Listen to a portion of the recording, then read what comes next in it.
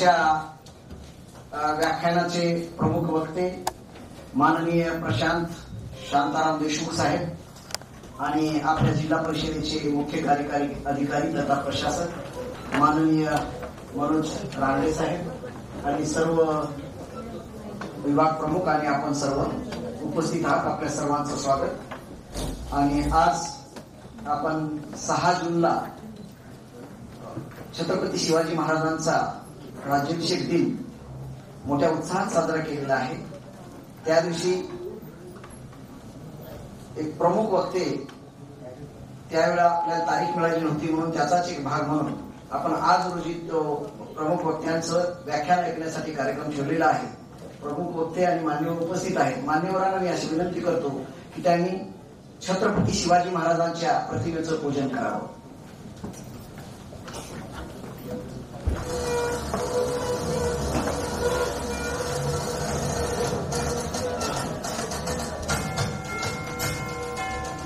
मनोजी रांगडे साहेब आणि प्रमुख वक्ते प्रमुख पाहुणे माननीय प्रशांतजी देशमुख साहेब हे छत्रपती शिवाजी महाराजांच्या प्रतिमेची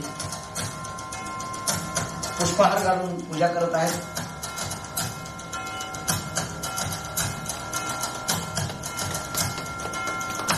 छत्रपती शिवाजी महाराज की, छत्रपती शिवाजी महाराज की. प्रमुख वक्त्यांचा सत्कार होत आहे. Welcome sir.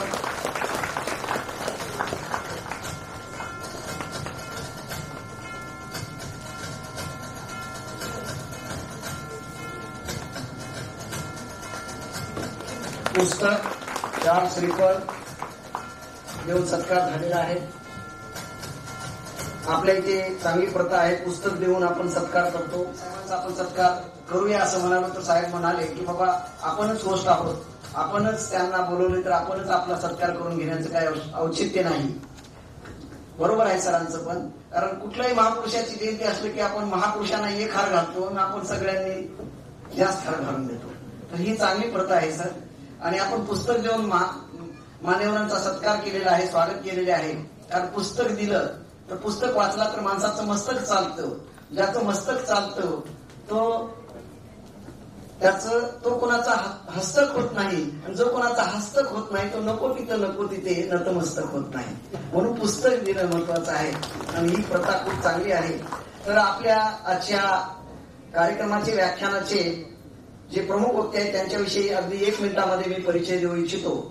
सर, या अगोदर 6 जूनला जसं 6 जून 1674 शनिवारी छत्रपती शिवाजी महाराजांचा राज्याभिषेक रायगडावर मोठ्या थाटामाटात झाला, तसाच राज्याभिषेक 352वा राज्याभिषेक दिन आमच्या जिल्हा परिषदेमध्ये म्हणजे नेते वगैरे सध्या बॉडी नाही पण प्रशासक असताना सुद्धा माननीय मुख्य कार्यकारी अधिकारी साहेबांनी खूप छान प्रकारे आम्हाला मार्गदर्शन करून त्याचं सगळं नियोजन आमचे माननीय श्री एजाज अहमद शरीक मसलत साहेबांनी केलेले आहे. तर त्या दिवशी आम्ही सर मुख्य प्रवेशद्वारात छत्रपती शिवाजी महाराजांची प्रतिमा, भव्य प्रतिमा लावलेली आहे. त्या प्रतिमेचं पूजन करून प्रांगणामध्ये गुढी उभारून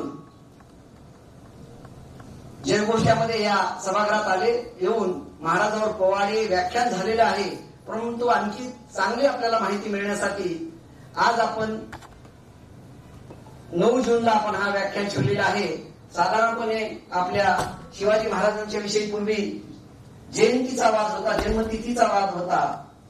आता शिवाजी महाराजांच्या राज्याभिषेक पण 2 होत आहे. 6 जूनला पण राज्याभिषेक झाला, आज पण रायगडावर राज्याभिषेक आहे, म्हणजे तिथीप्रमाणे आहे. अरे रोज जरी राज्याभिषेक झाला, रोज जरी जयंती झाली तरी कमीच आहे. अशा महापुरुषांची जयंती रोज झाली तरी चालते. म्हणून आज 9 जूनला माननीय प्रशांत शांताराम देशमुख साहेबांना आपण इथं बोलावलेले आहे. देशमुख साहेबांचा जन्म खालापूर तालुक्यातील हातनोली गावामध्ये आपल्या म्हणजे रायगड जिल्ह्यामध्ये त्यांचा जन्म झालेला आहे. आणि ते शिवव्याख्यातेच आहेत, प्रसिद्ध आहे त्यांचं नाव. त्यांचे सदर म्हणजे जगणं सुंदर आहे. आणि आनंदाचा पासवर्ड झी टीव्हीवर हा कार्यक्रम होता पसायदानावर. आणि त्यांनी दैनिक सकाळमध्ये गुड मॉर्निंग हे सदर सुद्धा लिहिलेले आहे. त्यांचे 2 पुस्तकं प्रसिद्ध आहेत. जय शिवराय आणि गुड मॉर्निंग हे 2 पुस्तकं प्रसिद्ध आहेत. असे प्रसिद्ध व्याख्याते मोठी लिस्ट आहे. त्यांना एवढे पुरस्कार मिळालेले आहेत की ते राज्य पुरस्कारापासून बाहेर राज्याचे पुरस्कार, अनेक पुरस्कार साहेबांना मिळालेले आहेत. असा एक नामांकित वक्ता आपल्याला आपल्या जिल्हा परिषदेमध्ये माननीय मुख्य कार्यकारी अधिकारी साहेबांनी उपलब्ध करून दिला. त्या वक्त्यांचं आपण स्वागत केलेले आहे. आणि मी अध्यक्षांच्या वतीने त्यांच्या परवानगीने माननीय प्रशांत शांताराव देशमुख हे इंजिनियर आहेत. इंजिनिअरिंगची डिग्री केली, ते प्राध्यापक नाहीत, इंजिनिअरिंगची डिग्री केली. म्हणजे तुम्ही इंजिनिअरिंग केलं साहेब. इंजिनिअरिंगचं एक सूत्र आहे, एक विटेला जर जोडायचं असेल तर त्याला सिमेंट करावं लागते, सिमेंटिंग करावी लागते.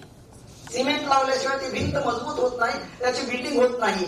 तसं समाजाला विविध जाती म्हणजे विविध धर्माचे, विविध जातीचे लोक या देशामध्ये राहतात. या सर्वांना जोडण्याचं काम तुम्ही सोशल इंजिनिअरिंग करून जोडत आहात. त्याच्याबद्दल आम्ही तुमचं आभार मानतो आणि म्हणजे वेलकम करतो सर. आणि तुम्ही व्याख्यानाला सुरुवात करावी, आम्हाला बहुमूल्य मार्गदर्शन करावं असं मी तुम्हाला विनंती करतो. तुमच्या आणि माझ्यामध्ये आवाजाचा काही अडथळा येऊ नये म्हणून मी ते फक्त चेक करून घेतो कुठला आवाज चांगला येतोय. तुम्ही ते डॉक्टरांकडे गेल्यावर म्हणतात बघा, नंबर पाहिजे असेल तर असं बरं दिसतं का असं बरं दिसतं. मला तर तो अजूनपर्यंत प्रश्न आहे. मला असं पण बरं वाटत असतं आणि असं पण वाटत असतं कधी, कारण तिकडेही छान दिसतं आणि इकडेही दिसतं. कधी मनात तर माझा प्रश्न यायचा की आपला नंबर चुकणार तर नाही ना. पण त्यातल्या त्यात तरी मी तसंच टेस्ट करून घेतो. हा आवाज तर तुम्हाला कळलाय.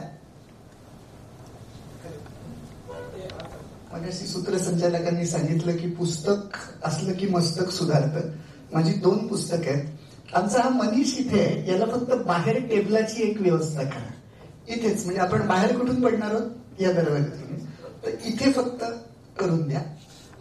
माझ्या सहित तुम्हाला जर या फोनचा आवाज, म्हणजे आपण शिवकाळात जाणार आहोत त्यामुळे फोन वाजला तर पुन्हा आपण इकडे आलो असं वाटायला नको.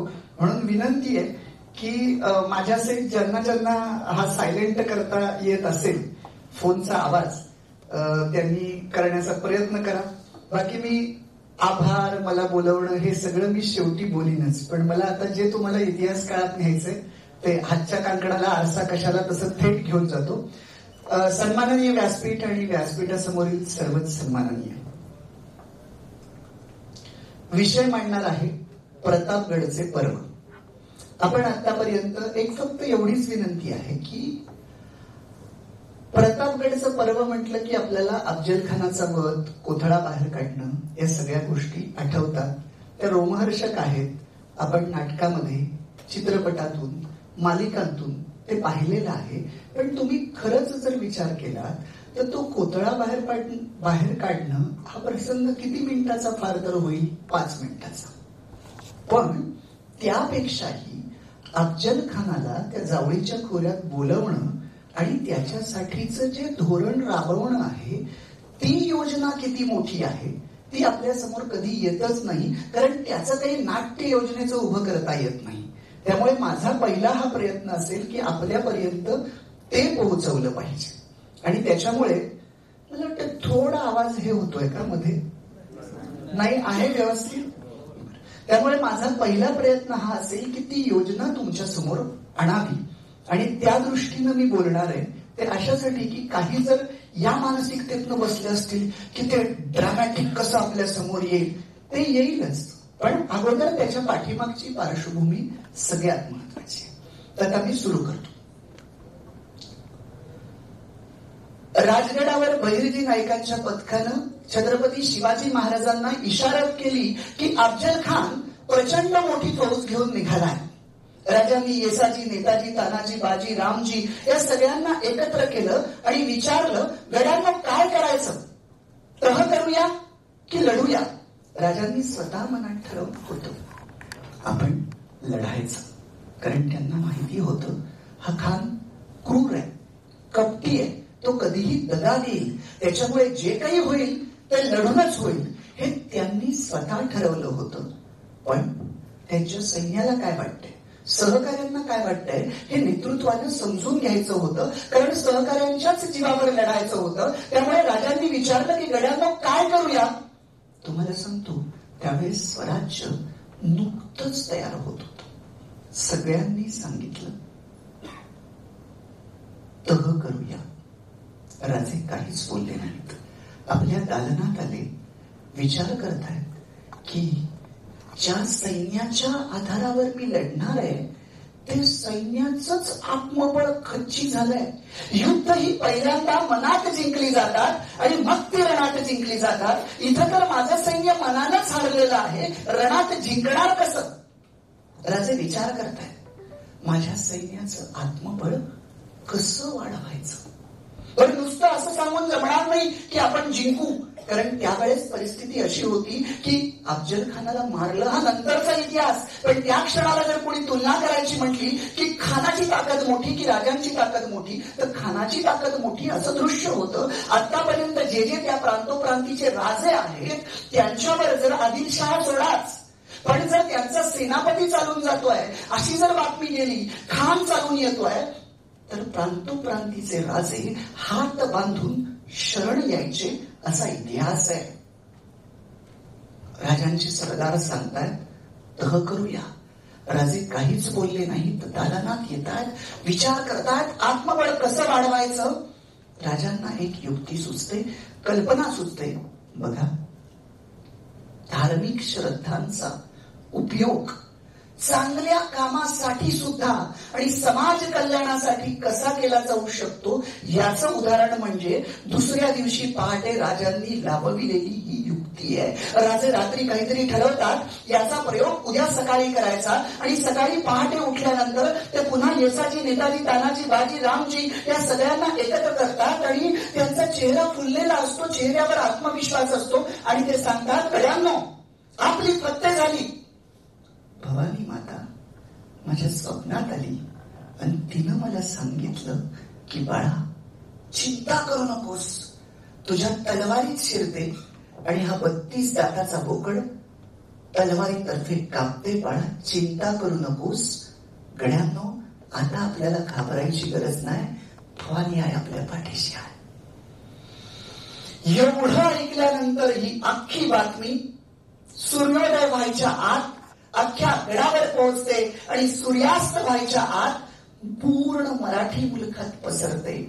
आणि मग सरदार तर सोडाच, पण साधे साधे सैनिक सुद्धा छाती पुढे काढून म्हणू लागले, आता आम्ही घाबरत नाही.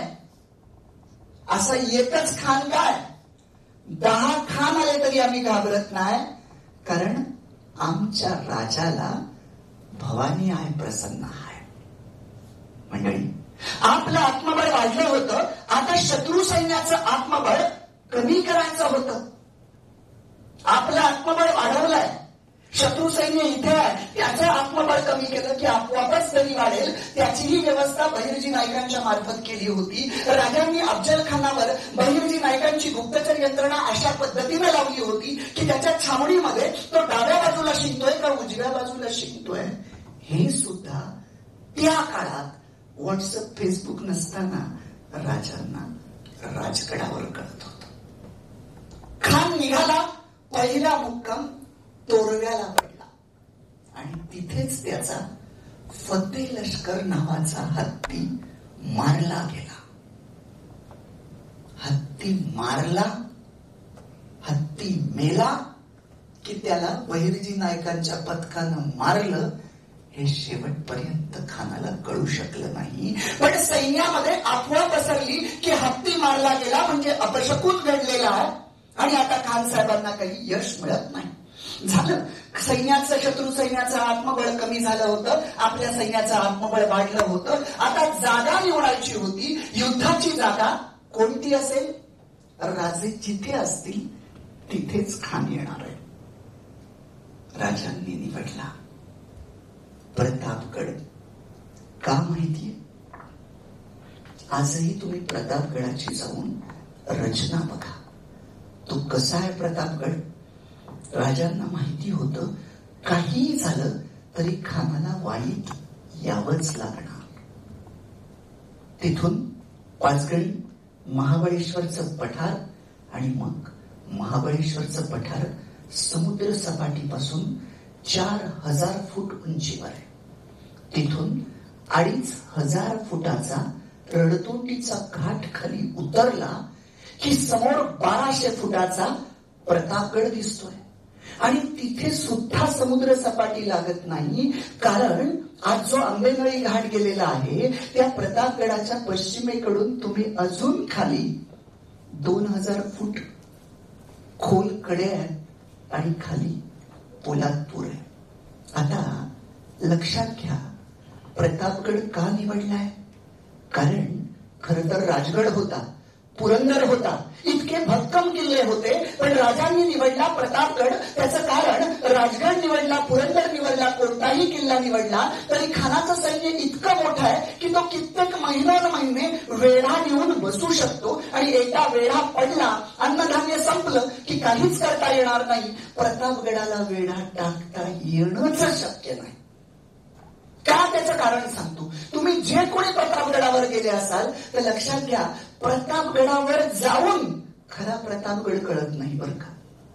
प्रतापगड कसा आहे आणि त्याला कसा वेढा पडू शकतो किंवा पडू शकत नाही ही जर रचना बघायची असेल तर त्यासाठी महाबळेश्वरच्या एल्फिस्टन पॉइंटला जायचं. तुम्ही जर एल्फिस्टन पॉइंटला गेलात तर तुम्हाला समोर असा प्रतापगड दिसेल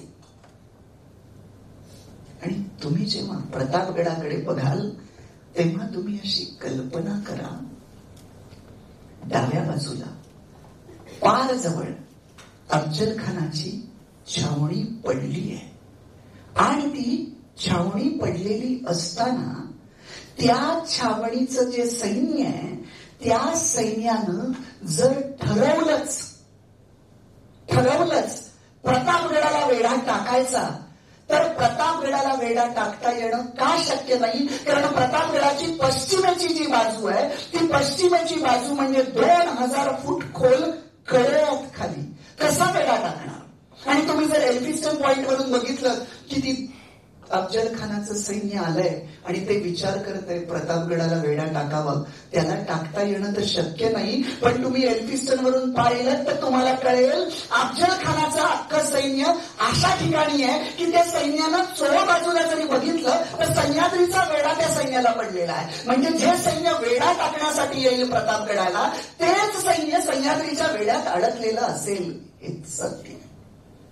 आणि अजून एक लक्षात घ्या बरं का, मी हे प्रतापगडचं युद्ध म्हणताना एक गोष्ट मला आवर्जून सांगायची की राजांबरोबर जे 10 अंगरक्षक होते ना त्यातलं एक नाव आहे सिद्धी इब्राहिम, मुस्लिम नाव आहे आणि अंगरक्षक म्हणून राजांच्या बरोबर आहे बरं का. हे सगळ्यात महत्वाचं आहे. ते पुढे मी सांगेलच सगळ्या गोष्टीचं, पण इथे महत्वाचं प्रतापगड का निवडला तर प्रतापगड निवडण्याचं मुख्य म्हणजे कारण आहे वेढा पडणं शक्य नाही. दुसरं कारण, राजांना याचा अंदाज होता खान कसाही आला कसाही तरी तो जून मध्येच वाईजवळ येईल. जून, जुलै, ऑगस्ट, सप्टेंबर 4 महिने आहेत. 4 महिने पावसाळा आहे आणि पावसाळ्यात कोकणात नद्या इतक्या अडथळीवरून वाहतात. खानाला जर प्रतापगडावर यायचं म्हटलं तर त्याला काहीही करून रणतोंडीचा घाट उतरल्यावर आडवी कोयना माय आहे तिला पार करावंच लागणार आहे. आणि पावसाळ्यात त्यानं जर हिंमत केली की कोयनेच्या पात्रात पाय द्यावा तर आमची कोयना माय त्याला असा हेळसांडत हेळवापर्यंत कधी घेऊन जाईल ते त्याचं त्यालाही कळणार नाही. म्हणून प्रतापगड निवडला. आणि तिसरी गोष्ट, प्रतापगडाची जी भौगोलिक रचना आहे ती रचना कशी आहे माहितीये? मुळातच ते जावळीचं पूर्ण खोरं, जांभूळ खोरं, जोर खोरं, कांदाट खोरं, शिवथळ खोरं अशी घनदाट जंगलं असलेली खोरं तिथे आहेत. चंद्रगड, चांभारगड, सोनगड, रायगड, मकरंदगड, कोळीगड, हे कांगोरीगड, ह्या सगळ्या गडांच्या मध्यात प्रतापगड बांधून भोरप्या डोंगराला प्रतापगडाचं रूप देऊन राजांनी जणू भक्कम अशी लंका बसवलेली आहे. एकच सांगतो की प्रतापगड आणि जावळीचं खोरं किती कठीण आहे. आज जरी तुम्ही गेलात तरी तुम्हाला प्रचंड जंगल दिसेल कल्पना म्हणून सांगतो की जावळीचं खोरं किती घनदाट आहे. हिडिंबा नावाची राक्षसी तुम्ही डोळ्यासमोर आणा की जिचे असे केस पिंजारलेले आहेत, आणि कल्पना करा की तिच्या डोक्यात जर एखादी ऊ सोडली तर एवढे पिंजारलेल्या केसाच्या हिडिंबेच्या डोक्यातली ऊ सापडणं किती अवघड गोष्ट आहे. ऊ वाक्य असं आहे, एक वेळ त्या हिडिंबेच्या डोक्यातली ऊ सापडेल पण जावळीच्या खोऱ्यातला हत्ती सापडणार नाही. इतकं ते घनदाट आहे. त्यासाठी राजांनी निवडला प्रतापगड. आता राजांचं लक्ष होतं खानावर, त्याच्या चाली काय काय चालल्या. तो पंढरपुरात आलाय.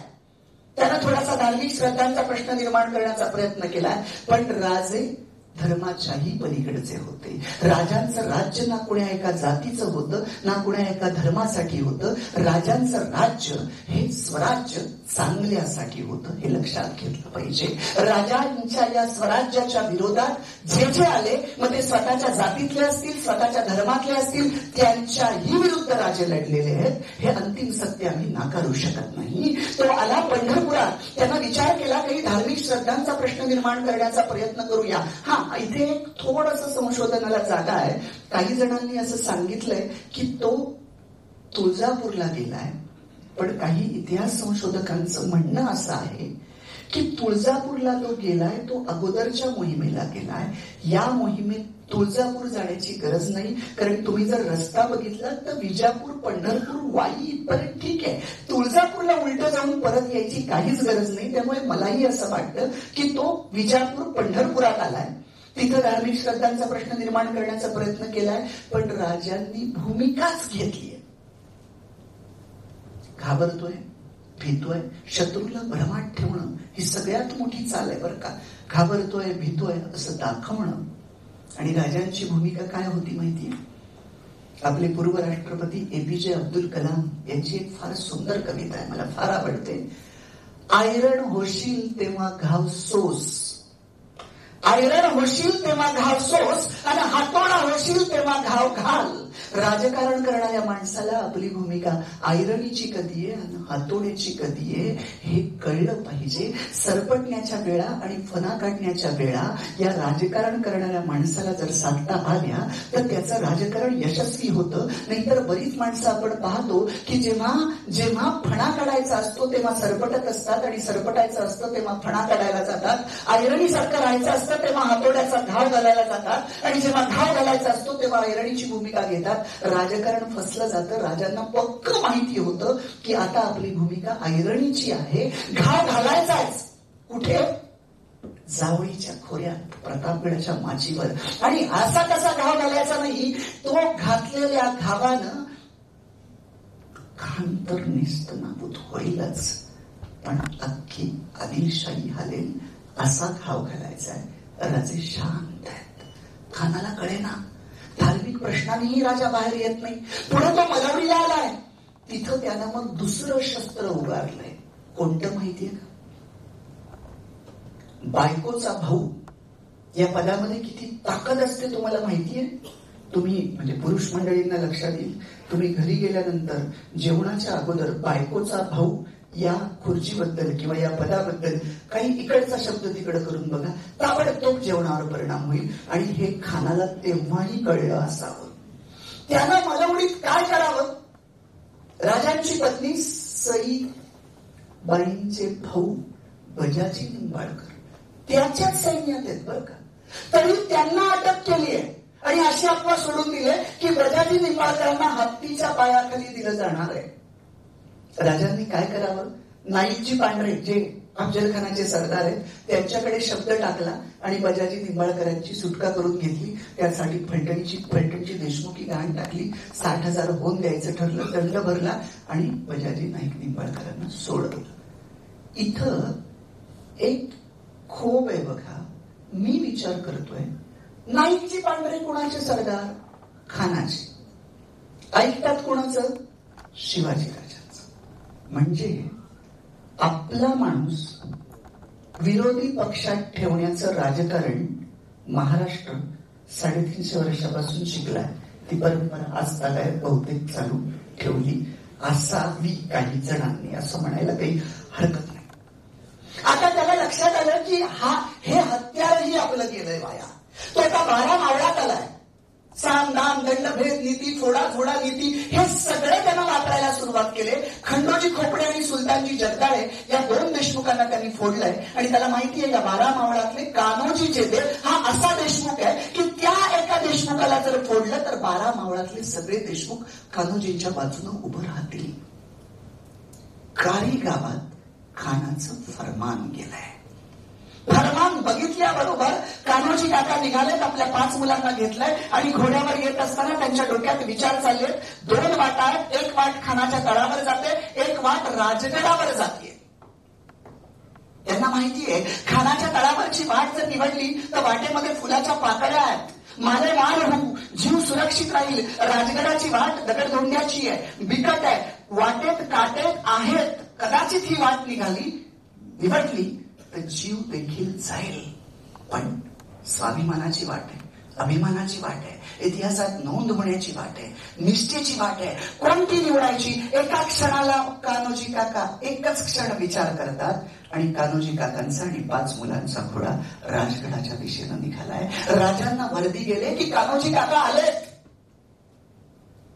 राजे काकांना म्हणतात खंडोजी खोपडे सुलतानजी जगदाळे कुठे आहेत माहितीये? विचारे भोळे भाबडे काका. काकांना काहीच माहित नाही. काका म्हटले नाही माहित. तुम्हाला माहित नसेल तर आम्ही सांगतो. हे दोन्ही देशमुख आज खानाच्या तळावर आहेत. तुम्ही देखील गेलात तरी आमचं काही म्हणणं नाही, कारण जीव वाचवणं हा काही गुन्हा नाही. तेव्हा कान्होजी काका म्हणतात हा मराठा गडी हाय. मराठ्याला जीव कधीपासून प्यारा झाला. जेव्हा खानाचे फरमान आले तेव्हाच पोरांना म्हटलं चला रे पोरांना बिगी बिगी राजगडावर जाऊ आणि राजाची कामगिरी देतील ती घेऊन येऊ. राजांना माणूस पारखायचा आहे. आणीबाणीची वेळ आहे. माणूस चुकता कामा नये. राजे परत म्हणतात लक्षात घ्या आम्ही पोरासोरांनी खेळ मांडलाय. आमच्या खेळात सहभागी झालात. तुमच्यासारख्या जुन्या जाणता माणूस आमच्या खेळात आला तर खस्त बसेल. तेव्हा काका म्हणताय बंगळुरातनं येताना थोरल्या महाराज साहेबांनी वचन देऊन आलेला शिवबास अंतर देणार नाही. बेलरोटीच्या शपथ घेतली. आज मी आमचं इमान शाबूत आहे. शिवबास अंतर देणार नाही. आता राजे शेवटचा घाव चालवतात. शेवटचा शब्दाच्या बाणाचा तीर. बघा काका विचार करा. आमच्या बाजूने आला तर वतनास धक्का पोचेल. वतनास अपाय होईल. आता काकांना कळेना की आपली निष्ठा राजांना कशी दाखवून द्यावी. काकांना कळेना काय करावं. तर बाजूला बघतात. बाजूला टेबलावर मंचकावर पाण्याचा तांब्या असतो. ते जातात पाण्याचा तांब्या घेऊन येतात आणि राजांच्या चरणाजवळ गुडघ्यावर बसतात आणि एका हातानं तांब्या दुसऱ्या हातावर ते पाणी ओततात आणि शिवाजी राजांच्या चरणावर पाणी सोडून काका गरजतात वतनावर पाणी सोडलं. राजे वतनावर पाणी सोडलं. हा कान्होजी जेधे नागेश्वराची कुलदैवत नागेश्वराची शपथ घेऊन सांगतो की जोपर्यंत रक्ताचा शेवटचा थेंब आहे तोपर्यंत शिवबास अंतर देणार नाही. आणि अजून एक वचन देतो. या 12 मावळातले बांदल पासलकर शेनकर डोहार मारणे निगडे पायगुडे चितळे देशमुख धमाल धमाले या सगळ्या देशमुखांना गोळा करतो आणि एक मुठीनं राजांच्या पाठीमागं उभा करतो. काकांनी राजांना आणि राजांनी काकांना कडकडून मिठी मारली. काकांच्या या सगळ्या निस्वार्थी प्रेमानं शिवाजी राजांच्या डोळ्यात अश्रूचे 2 थेंब येतात. ते खाली पडतात. खाली जे निष्ठेचं पाणी वाहत असतं त्या पाण्यात जाऊन ते 2 थेंब मिसळतात. जणू राजांच्या त्या 2 थेंबांनी त्या निष्ठेच्या पाण्याला केलेला आगळा वेगळा मुजरा असतो. म्हणजे हा थोडा माईक सेल डाऊन होत आहे. मी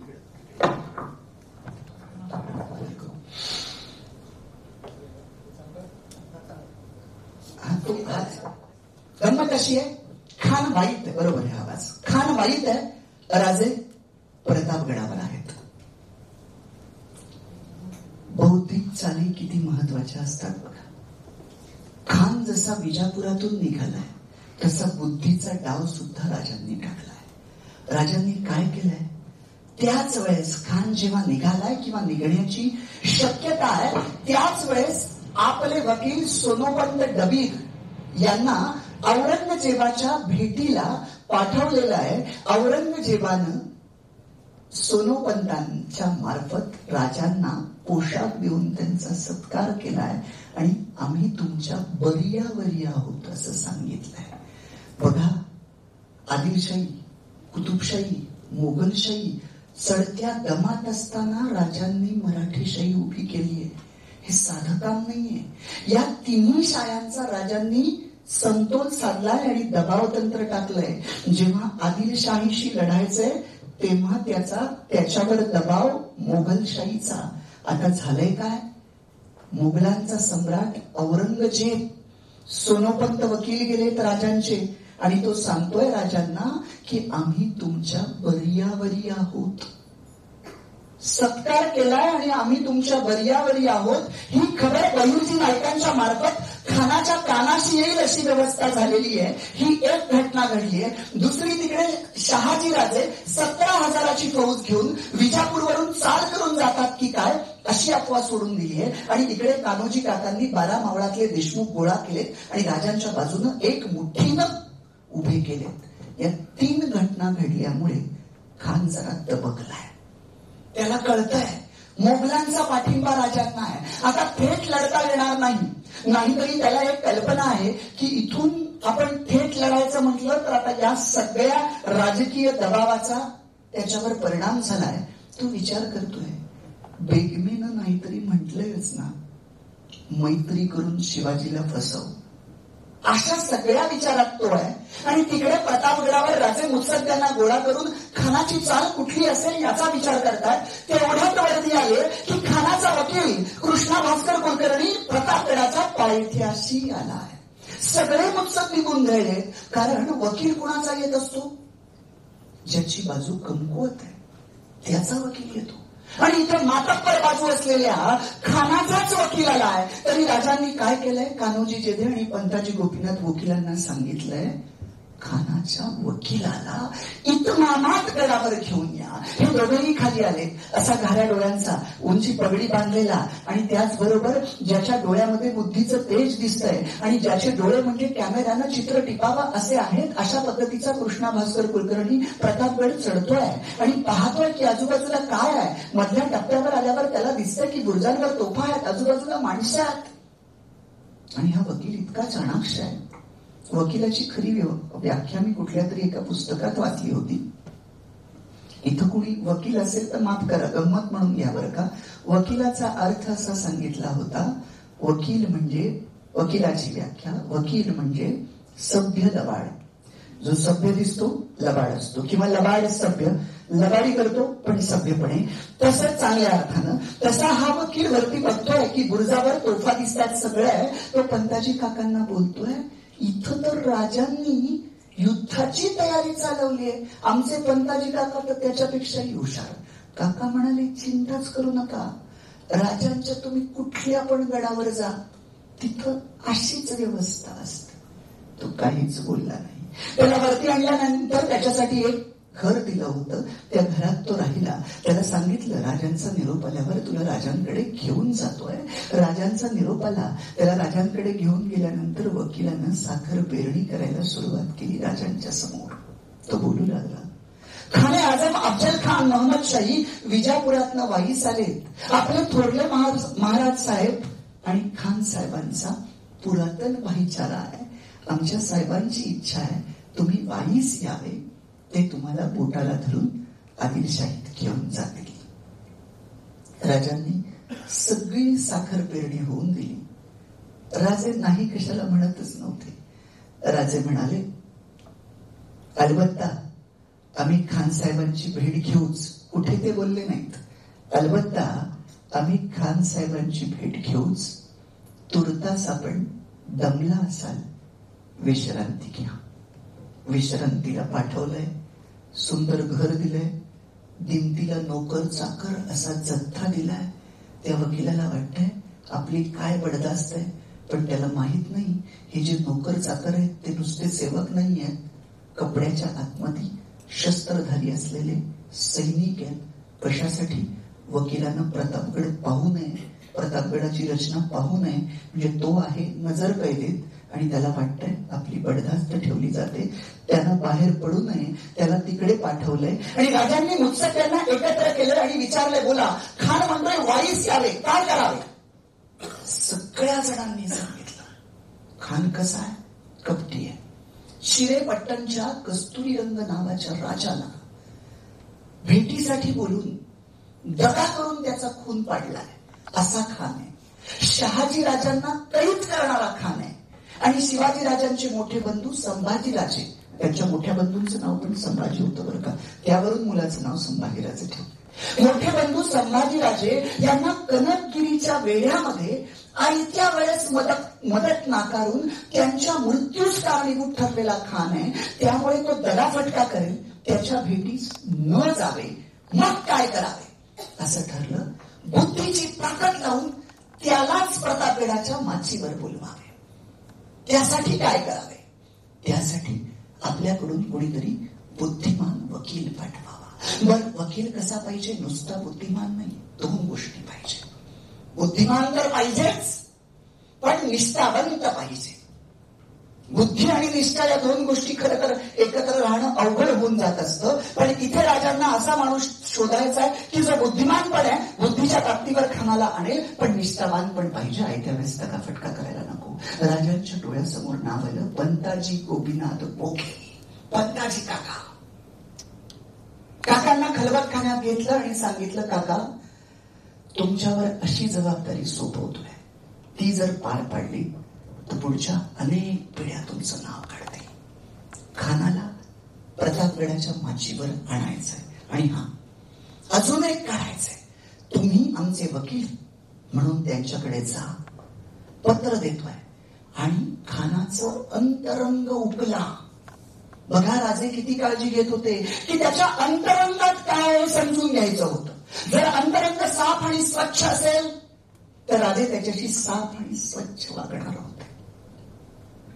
राजांनी सांगितलंय पंताजी काकांना, अभयाची क्रिया शपथ त्याच्याकडून घ्या, म्हणजे त्याला विश्वास वाटेल की आपण भेटतोय. आणि हा, तुमच्याकडून शपथ मागितली तरी अनुमान न बाळगता अगदी जाणव्याची शपथ मागितली तरी द्या, कारण चांगल्या कामासाठी कोणतीही केलेली गोष्ट चांगलीच असते. राजांची नीती कशी होती? सज्जनांना दिलेली वचनं पाळली पाहिजेत, दुर्जनांना दिलेली वचनं पाळायची गरज नाही. तुम्ही संपूर्ण शिवचरित्र जर काढलं तर तुम्हाला राजांचं वाक्य जाणवेल, मी शत्रूशी शत्रूप्रमाणेच वागलो. मित्राला दगा दिल्याचं एक तरी उदाहरण दाखवून द्या, शिवचरित्रात सापडणार नाही. म्हणून राजांना ठरवायचं होतं खानाचं अंतरंग कसं आहे. झालं. दुसऱ्या दिवशी पुन्हा खानाचा वकील राजांकडे आला. सांगू लागला की राजे, आपण जावळीस नव्हे तर वाईस यावे. आमचे खान साहेब बोटाला धरून विजापूरला घेऊन जातील. राजांचं आपलं चालू होतं, आम्ही खान साहेबांस घाबरतो. आम्ही इतकी पापं केलीत की खान साहेबांच्या नजरेला नजर देण्याची आमची हिंमत नाही. त्यांनाच तुम्ही जावळीस येण्यास सांगावे. आम्ही आमचा वकील सोबत देतो, पत्र देतो आणि तुम्ही खान साहेबांना हे सगळं सांगावं. वकिलांना बराच प्रयत्न केला पण राजांनी ठाम पत्ता लागू दिला नाही. आणि शेवटी मग पंताजी गोपीनाथ वकिलांना पत्र घेऊन कृष्णा भास्कर कुलकर्णी बरोबर पाठवलं. दोघंही लुटू लटतोंडीचा घाट चढले, महाबळेश्वरचं पठार पार केलं, वाईला आले. आणि खानाजवळ आता पंताजी काका म्हणतात, खान साहेब आपण जावळीस यावे अशी आमच्या राजांची इच्छा आहे. त्याबरोबर खान म्हणाला, जावळी कुबल जागा, शिवाजी राजांना दगाफटका केला तर. पहिल्या भेटीत खान हो म्हटला अशी नोंद कुठल्या कागदपत्रांच्या नाहीये. त्यावेळेस पंताजी काकांना जी राहण्याची व्यवस्था केली होती तिथे काका राहिले. खानानं काही काकांची बडदास्त ठेवायला कुणी नोकर चाकर सेवक दिलेच नव्हते. त्यामुळे पंताजी काका मोकळे होते. पंताजी काका खानाच्या सरदारांना भेटले, सैन्याला भेटले आणि आपली जीभ चालवून त्यांचं अंतरंगात काय दडलंय ते काढलं. खानाचं अंतरंग जसं पंताजी काकांना कळालं तसं पंताजी काका निघाले. पुन्हा राजांना येऊन भेटले. मुत्सद्दी सोबतच होते. सगळे विचारतात, भेटला का खान, काय बोलला? पण राजांची योजना असायची, जी जबाबदारी ज्याच्यावर तेवढीच त्याला माहित, बाकी कोणी का किती जवळचा असेल ना. राजे पुन्हा म्हटले, दमला असाल, विश्रांती घ्या. विश्रांतीला पाठवलं. बाकीचे मुत्सद्दी गेल्यानंतर पंताजी काकांना खलबतखान्यात घेतलं आणि सांगितलं, बोला खानाचा अंतरंग काय आहे? तेव्हा पंताजी काकांनी सांगितलं, राजकारण करून शिवाजीची भेट घ्यावी आणि भेटीच्या समयी धरावा, असं खानाचं अंतरंग आहे. तुमचं मत काय? काय करावं? पंताजी काका म्हणतात, बुद्धीची ताकद लावून खानाला जावळीच्या खोऱ्यात म्हणाल तिथे घेऊन येतो. हिंमत धरून एकांत करून खानास मारावे, त्याचं संपूर्ण लष्कर बुडवावे आणि स्वराज्य वाढवावे. झालं. पुन्हा पंताजी काकांना परत पाठवलंय. आता या मधल्या वेळात काय झालंय माहितीये? थोडासा वेळ मिळालाय. त्या वेळात खानानं त्याच्या वकिलाला विचारलंय, तुझा अंदाज काय? शिवाजी राजा वाईस येईल. त्यानं स्पष्ट सांगितलंय, शिवाजी राजा इतका घाबरलाय की तो प्रतापगडच सोडतोय की नाही, तो वाईस येणं दूरच राहिलं, तो कदापि वाईस येणं शक्य नाही. मग खान विचार करतोय, तो जर वाईस नाही आला तर आपल्याला सैन्य घेऊन प्रतापगडाच्या पायथ्याशी जायला लागेल. आणि लढाईसाठी एवढं सैन्य घेऊन जायचं तर महाबळेश्वरचं पठार पार करणार, लडतोंडीचा घाट उतरणार, शिवाजी राजाच्या छोट्या छोट्या तुकड्या आपल्याला इतकं हैराण करून सोडतील. आणि बरं त्यात आपण प्रतापगडावर पोहोचलो तर असं काही बंधन नाही की शिवाजी राजांना प्रतापगडावरच राहावं. तो खाली रायगडाकडे जाऊ शकतो, पुढे दुसऱ्या गडांवर जाऊ शकतो. कसं त्याला शोधायचं? तर म्हणतोय ना, मैत्री करायचे या, तर तसंच करूया. पंताजी काका म्हणतायत, आपण जावळीस यावे, जावळीचे रान सौंदर्य पहावे. आता काकांना कळलंय की आता हा कळणार आहे, आता हा शेवटचा ठोसा लावून दिला की आपल्या बाजूला येईल. तसं शेवटचं अस्त्र पंताजी काकांनी काढलंय. असं काही नाही खान साहेब, आपण जर घाबरत असाल तर आपलं लष्कर घेऊन पण येऊ शकता. खानाच्या अहंकाराला डिवचलंय. तो म्हणतोय, मी घाबरणार, शिवाजीला मी घाबरणार.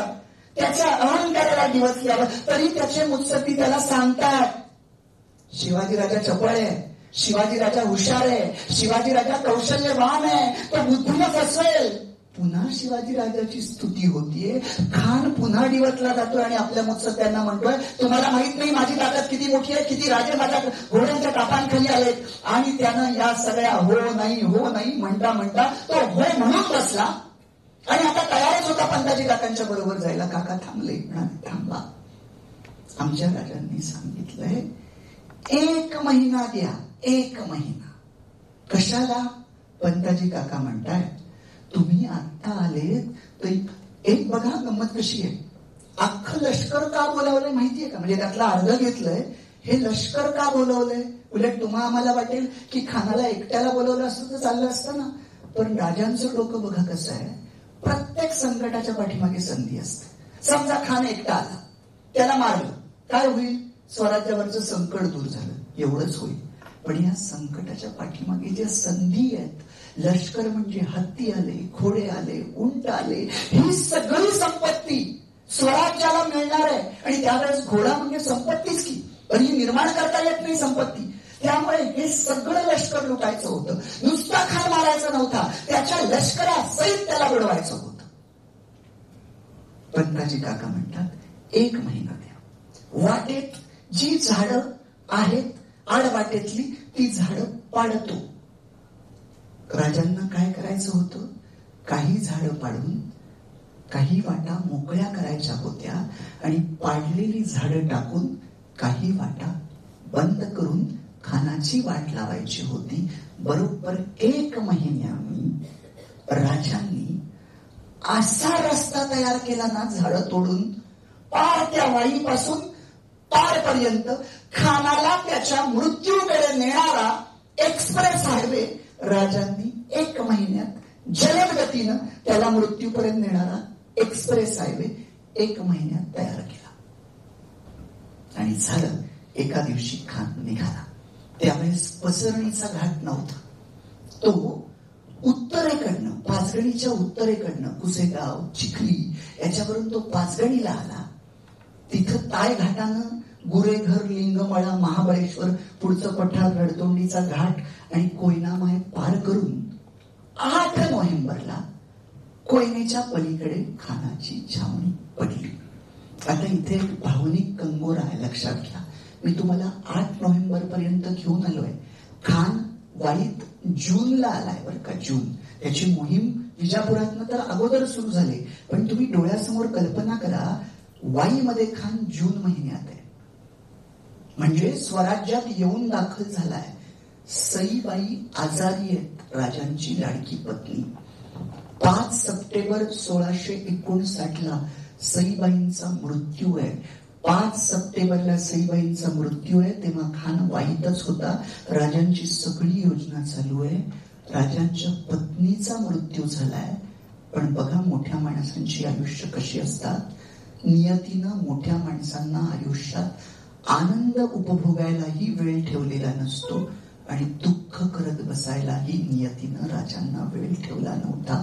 पत्नी दुःख बाजूला सरून स्वराज्याचं हित साधण्यासाठी राजे पुढे लढत आहेत. 8 नोव्हेंबरला खान कोयनेच्या पारावर, त्या कोयनेच्या घाटावर, कोयनेच्या त्या कडेवर, कोयनेच्या तीरावर आहे. त्याबरोबर आमचे पंताजी काका गेलेत. खान म्हणतोय, पंतू शिवाजीराजाला घेऊन ये. काकांचं आपलं चालूच आहे. आमचे राजे तुम्हाला घाबरत आहेत, आमचे राजे भीत आहेत, आमच्या राजांचं इथं पण यायला ते घाबरत आहेत. आमच्या राजांचं म्हणणं आहे की तुम्ही प्रतापगडाच्या पायथ्याशी तिथे यावं. आता बघा, वाईतून निघताना काय सांगितलं होतं? फक्त जावळीच्या खोऱ्यात. नक्की कुठे हे खानानंही विचारलं नाही आणि काकांनीही सांगितलं नाही. आता अर्ध लष्कर घेऊन तो पारला आलाय. बरं, लष्कर पार करताना आणि वरती आणताना त्याला इतकं नाके नऊ आले की इतकी दाट झाडी आहे की घाट चढताना त्या हत्तींच्या सोंडा झाडाला घासल्या जात होत्या आणि हत्तीच्या पायाने एखादा दगड खाली पडला तर त्या दगडामध्ये आडवा सैनिक खाली जायचे. इतका सगळा उपद्व्याप करून आता इथं आलोय आणि समोर प्रतापगड असा दिसतोय. आता त्याच्या पायथ्याशी आपण नाही म्हटलं तर पुन्हा इतकं पार करून पाठीमागे जाणार कसं? खान त्यालाही हो म्हणून बसतोय. दोन्हीकडचे वकील बसतात. तहातल्या अटी ठरतात. काय अटी ठरतात? की भेट दुपारच्या वेळी कधी, 1 दिवस पार करून, म्हणजे 8 नोव्हेंबरला बोलणी चालली, 9 नोव्हेंबर सोडायचा, 10 नोव्हेंबरला दुपारच्या वेळात भेट होणार आहे. पहिल्यांदा खान साहेबांनी पालखीत बसून यायचं. सोबत 10 अंगरक्षक असतील. ते बाणाच्या टप्प्यावर ठेवायचे 800-900 फुटावर. का माहितीये? कारण 800-900 फूट म्हणजे शामियान्यात शस्त्र चालवायला सुरुवात केली तर त्याचा आवाज तिकडे येणार नाही. आणि 2च अंगरक्षक शामियान्याच्या बाहेर ठेवायचे. त्यानंतर शिवाजीराजेच पालखीत बसून येतील. त्यांच्यासोबत पण 10 अंगरक्षक असतील. त्यांनीही बाणाच्या टप्प्यावर राहायचंय आणि 2 अंगरक्षक शामियान्याच्या बाहेर असतील. अशा सगळ्या अटी ठरल्या. तरी पंताजी काका जात नाहीत. खान म्हणतो, काय नाही, तुम्ही येणार, अंकुश खान येणार, मुसे खान येणार, मंबाजी भोसले येणार, एवढे मोठमोठे सरदार येणार. खान म्हणतो, तर मग आमच्या राजांची इच्छा आहे की उंची वस्तू देऊन तुमचा सत्कार करावा, तुमचं स्वागत करावं. खान विचारतो, तर मग मी काय करू? तुम्ही करणार आहात ना स्वागत? तेच सांगतोय, आमच्या राजांची इच्छा आहे की विजापुरातनं जे व्यापारी तुमच्या बरोबर आता आले त्या व्यापाऱ्यांचा सगळा माल आमच्या राजांना विकत घ्यायचाय आणि त्याच मालांनी तुमचं स्वागत करायचंय. तर तेवढे व्यापारी तुम्ही जर पाठवलं आमच्या बरोबर तर आमचे राजे सगळा माल विकत घेतील. खान विचार करतोय, व्यापाऱ्यांचा व्यापार साधला जातोय, सगळा माल विकत घेणार, व्यापारी खुश आणि पुन्हा तो सगळा माल आपल्या सत्कारानं आपल्याचकडे येणार. सौदा अगदीच शिवाजी राजाच्या विरुद्ध बाजूने जातोय, आपल्यालाच चांगला फायदेशीर आहे. झालं, त्याने परवानगी दिली. पंताजी काका लुटू पुढे चालले, त्यांच्या पाठीमागे व्यापारी खांद्यावर सगळं असलेलं त्यांचं सोनं नाणं जडजवाहीर घेऊन चाललेत आणि प्रतापगडावर आलेत. काकांनी सांगितलं, आता उद्याचा दिवस झाला की परवा भेट आहे, 2 दिवस प्रतापगडावर थांबा, प्रतापगडाची हवा छान घ्या, मैत्रीपूर्ण भेट होणार आहे. भेटीनंतर तुमचे पैसे तुम्हाला दिले जातील. विचार करा, शत्रूचा माल त्याच्याच खांद्यावर आपल्या जागेत आणून सोडायला भाग पाडणं ही आहे शिवाजी राजांची बुद्धिमत्ता. 8 नोव्हेंबरच्या रात्री बहिर्जी नाईक राजांच्या समोर आहेत. खानाची अख्खी मापं काढलेली आहेत. राजे विचार करतायत, या मापाचा कोण? आपल्यामध्ये विसाजी मुरंबक रात्रीच निरोप गेला. विसाजी मुरंबकला 9 नोव्हेंबरला सकाळी मैदानात बोलवलंय. 9 नोव्हेंबरला सकाळी विसाजी मुरंबक समोर आहे. त्याला कळेना आपल्याला कशाला बोलवलंय. तो भोळा बाबडा विसाजी मुरंबक. राजे त्याची भेट घेत आहेत. ते विसाजीला म्हणतात, विसाजी थांब र. त्याला असं पुढून भेटतायत, हाताचा अंदाज घेतायत कुठपर्यंत येतोय. परत जाऊन त्याला मागून पुन्हा त्याच्या उजव्या इथे आपली मान ठेवून किती अंतर बाकी राहतंय ते बघतात. डाव्या बाजूला मान ठेवून किती अंतर बाकी राहतंय ते बघतात. त्याची पाठ, त्याचं पोट सगळं चाचपडून वेगवेगळ्या पद्धतीनं त्या विसाजीला काही कळेना की राजांना काय झालंय. ते काय बोलत पण नाहीत, सांगत पण नाहीत आणि आज हे असं आगळं वेगळं काय करताय. राजे त्याला म्हणतात, त्याची मान अशी डावीकडे घेऊन, म्हणजे स्वतःची मान डावीकडे ठेवून विसाजीला म्हणतात, विसाजी आता एकदा उजव्या बघलेत आणि एकदा डाव्या बघलेत. डाव्या बघलेत माझी मान दाब बरं. तसा विसाजी म्हणतो, राज तुम्ही काय बी सांगा, पण असलं काय बी सांगू नका. राजे म्हणतात, अरे विसाजी, आता जर तू माझी मान दाबशील तर स्वराज्याची मान जी खानाच्या तावडीत सापडली ती सुटेल. विसाजी म्हणतो, राज तुम्ही काय बोलताय ते मला काय बी कळत नाही. तेव्हा राजे हसून म्हणतात, अरे विसाजी, तुला माहितीये का, तो जो खान येणार आहे ना, तो सगळा तुझ्याच मापाचा आणि तुझ्याच अंगलटीचा आहे. मी त्याला भेटायला जाणार आहे.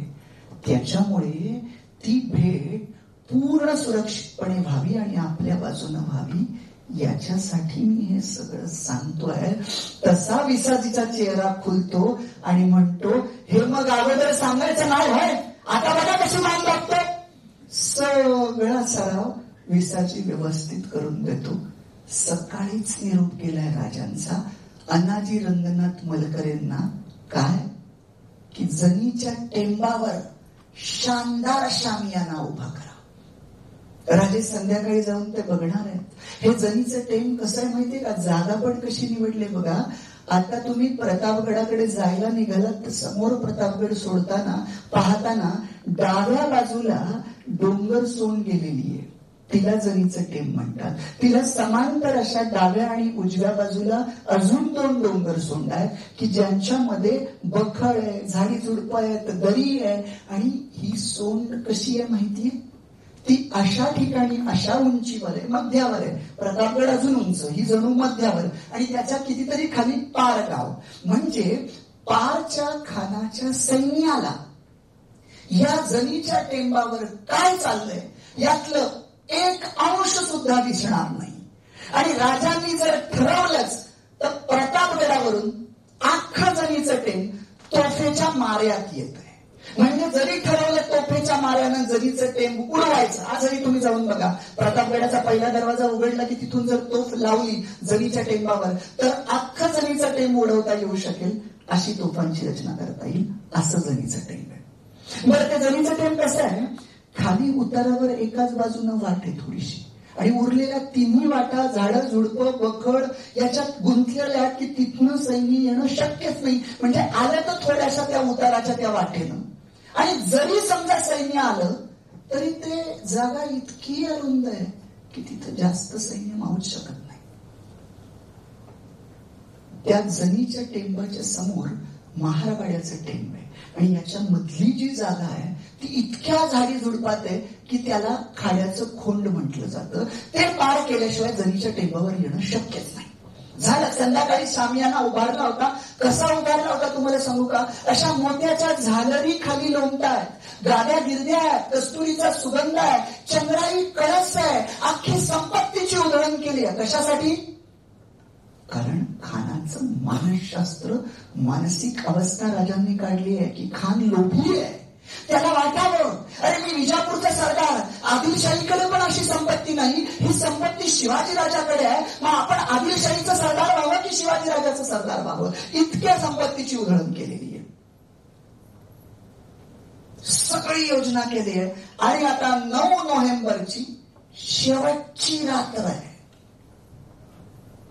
बघा, निवडणुकीच्या आधीची पण शेवटची रात्र महत्वाची असते. सगळ्या घडामोडी याच रात्री घडत असतात, पण राजांच्या त्या काळातली ती रात्र बघा कशी होती. 9 नोव्हेंबरच्या त्या शेवटच्या रात्री राजांच्या समोर संपूर्ण जावळीचा नकाशा आहे. वाई, पाचगणी, महाबळेश्वर, जावळीचे खोड, रडतोंडीचा घाट, आंबेमाळी घाट, पार घाट, या सगळ्या वाटा आणि सगळ्या नकाशा घेऊन राजे आपल्या सवंगड्यांसहित बसलेले आहेत. सवंगड्यांच्या सोबत आहेत. कोण कोण आहेत राजांच्या सोबत?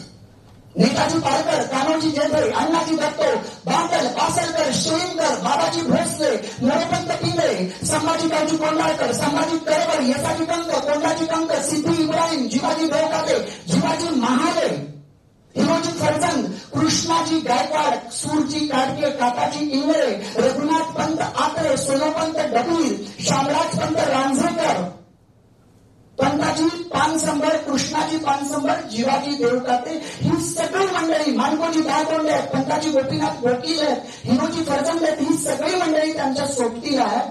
आणि राजे सगळ्यांना विश्वासात घेऊन सांगतात, गड्यांनो लक्षात घ्या, उद्या रडतोंडीचा घाट, पार घाट आणि आंबेमाळी घाट, हे 3 घाटाच्या वाटा बंद केल्या की अख्खा खान सह्याद्रीत कोंडला जातोय.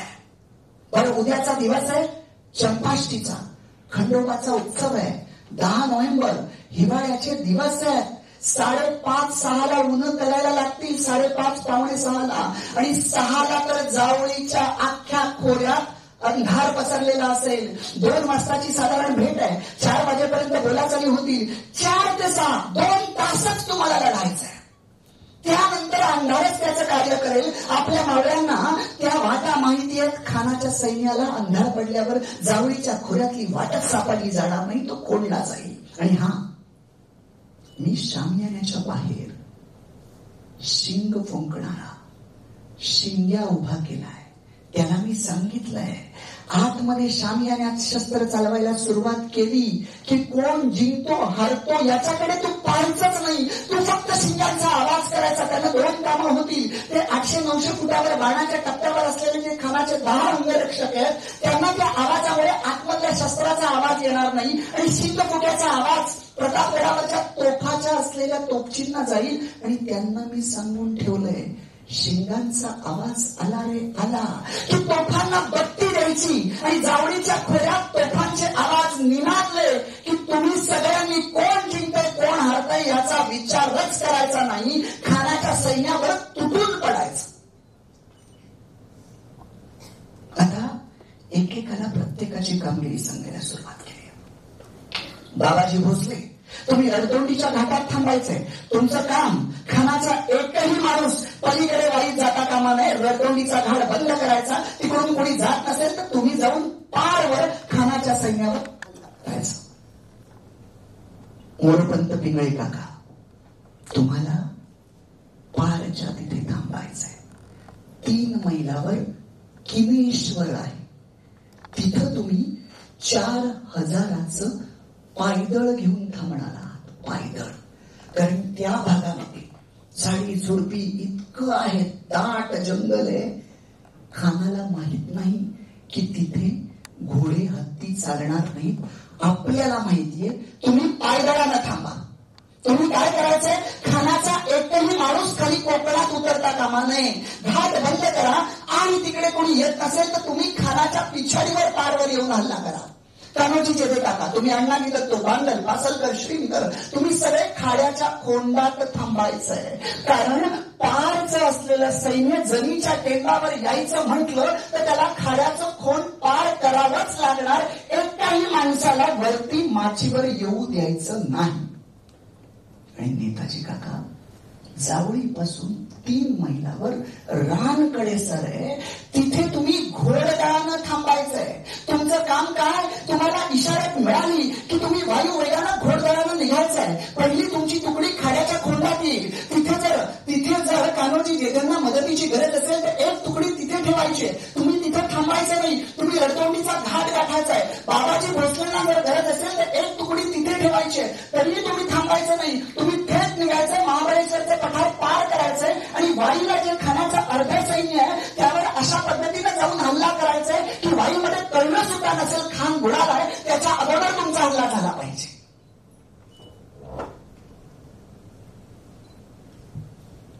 या कामगिरी घाटाच्या यांना नेमून दिल्यात. समोर 10 जण आहेत. संभाजी गावजी कोंडाळकर, संभाजी करकर, येसाजी कंक, कोंडाजी कंक, जीवाजी महाले, सिद्धी इब्राहिम, विसाजी मुरंबा, कृष्णाजी गायकवाड, काकाजी इंगळे, सूरजी काटके. उद्या तुम्ही 10 जण माझ्या बरोबर अंगरक्षक म्हणून येणार आहात. आणि हिरोजी फर्जन, तुमचं काम काय, उद्या तुम्ही 500 जणांना घेऊन प्रतापगडाचा दरवाजा उघडल्यानंतर आजही तुम्ही बघितलं तर उजव्या बाजूला अशी वरती बखळ आहे. या बखळीत तुम्ही थांबणार आहात. 500 नाही, 50 जणांना घेऊन वरच्या बखळीत थांबणार आहात. तिथला माणूस खालच्या सामियानातल्या माणसाला दिसत नाही. तुमचं काम काय, खानाचे 10 अंगरक्षक आपल्या 10 अंगरक्षकांना भिडले की तुम्ही वरून खाली उतरायचंय आणि आपल्या मदतीला जायचंय. बघा, प्रत्येकाला प्रत्येकाची मदत मिळवून दिली. एका तुकडीला दुसऱ्या तुकडीची मदत. आपल्या अंगरक्षकांचाही बारकाईनं विचार करणारा राजा. आता निघा तर कुणीतरी म्हणतं, राजे तुम्ही सगळ्यांच्या सुरक्षेचा विचार केला, पण तुम्ही खानाला भेटायला चाललात, तुमच्या सुरक्षेचं काय. तेव्हा कृष्णाजी बंककर म्हणतात, चर्चा सुरू होते राजांच्या सुरक्षेविषयी. कृष्णाजी बंकर पुढे येतात आणि म्हणतात, राजांनी अंगाला सील करावं. राजांच्या सुरक्षेविषयी सगळी चर्चा पूर्ण होते. आणि आता राजे आणीबाणीचं बोलायला लागतात आपल्या सैन्याला. काय गड्यांनो, लक्षात घ्या, आपण जिंकणार हा आपला विश्वास आहे. आपण जिंकणार आहोत हा आपला विश्वास आहे. भवानी मातेनं आपल्याला आशीर्वाद दिलेला आहे, आपण जिंकणार आहोत. पण समजा काही अघटित घडलं तर त्याची चिंता न बाळगता खानाचं सैन्य त्याच्या सहित बुडवून तुम्ही राजगड गाठायचंय. मासाहेब जिजाऊंना जाऊन भेटायचंय, संभाजीराजांना गादीवर बसवायचंय आणि नेताजी पालकरांच्या सल्ल्यानं राज्य चालवायचंय. तेव्हा येसाजी कंक पुढे होऊन म्हणतात, राज तुम्ही नसाल तर राज्याला काय शोभा आहे भय. तेव्हा राजे म्हणतात, शिवाजी राजा जगतो की मरतो हे महत्वाचं नाहीये, शिवाजी राजाने सुरू केलेलं कार्य जगलं पाहिजे. बघा, राजे मृत्यूनंतरचा विचार करणारे होते. जी माणसं आपल्या मृत्यूनंतरचा विचार करतात तीच लक्षात राहतात आणि जे केवळ आपल्याच जीवनाचा विचार करतात ती माणसं 3.5 दिवसही लक्षात राहत नाही. मृत्यूचा नंतरचा विचार करणारे राजे आजही 350 वर्षानंतर आठवतात. ज्याला सगळ्यांना योजना करून दिली, सगळे जेते ज्याच्या त्याच्या जागेवर गेलेले आहेत. आणि आता शेवटी 9 नोव्हेंबरच्या रात्री बहिर्जी नाईक आले. आता शेवटचा महत्वाचा भाग. त्यांनी महत्वाची खबर आणली आहे.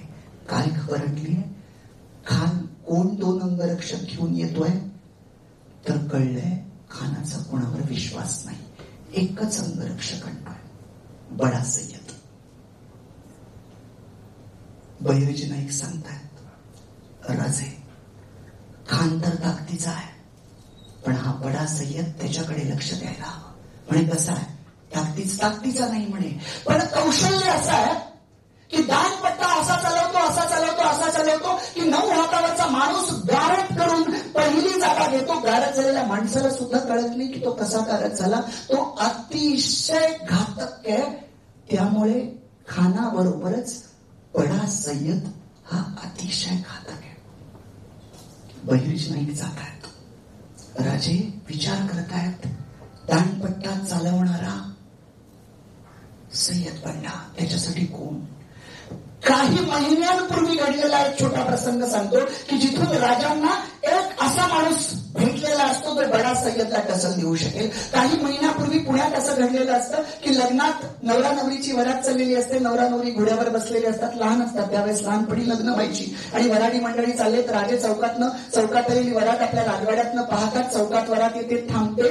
वराडी मंडळी असं अर्ध रिंगण करतात आणि मध्ये एक माणूस बसलाय, त्याच्या 9 हातावर नारळ ठेवलाय. सगळ्या लोकांचं लक्ष त्या माणसाकडे आहे आणि त्या माणसाचं लक्ष मात्र 9 हातावरच्या नारळावर आहे. लोकांच्या डोळ्याचे पाते लावतो तोच तो 9 हातावरचा नारळ तो माणूस अशा बैठ्या चालीनं गारत करतो की सगळी माणसं टाळ्या वाजवतात. त्याचं हे कौशल्य बघून राजे तिथे येतात.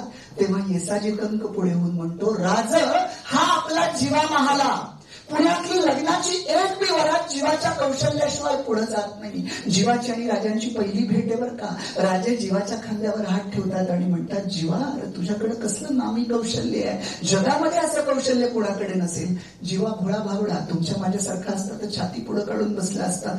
जीवा म्हणतो, पण राजा तुम्हाला खरं सांगू का, मला ना तेवढंच येतं बघा, दुसरं काही बी येत नाही.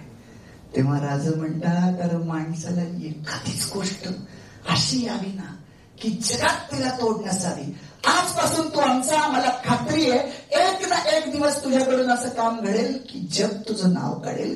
त्याला स्वराज्यात घेतलेलं असतं. राजांच्या पारखी नजरेनं त्याला पारखलंय बघा. नेतृत्वाचे गुण काय, माणूस पारखायचा आहे आणि योग्य वेळी त्याची निवड करायची, योग्य वेळी त्याला ठेवायचंय. हा प्रसंग आधी काही महिन्यांपूर्वी घडलाय आणि रात्री राजे विचार करतात, 9 हातावरच्या माणूस गारट करणाऱ्या सय्यद बंडाला टसल द्यायला कोण? राजांना आठवतो लग्नाच्या वरातीमध्ये 9 हातावरचा नारळ गारट करणारा जीवा महाले.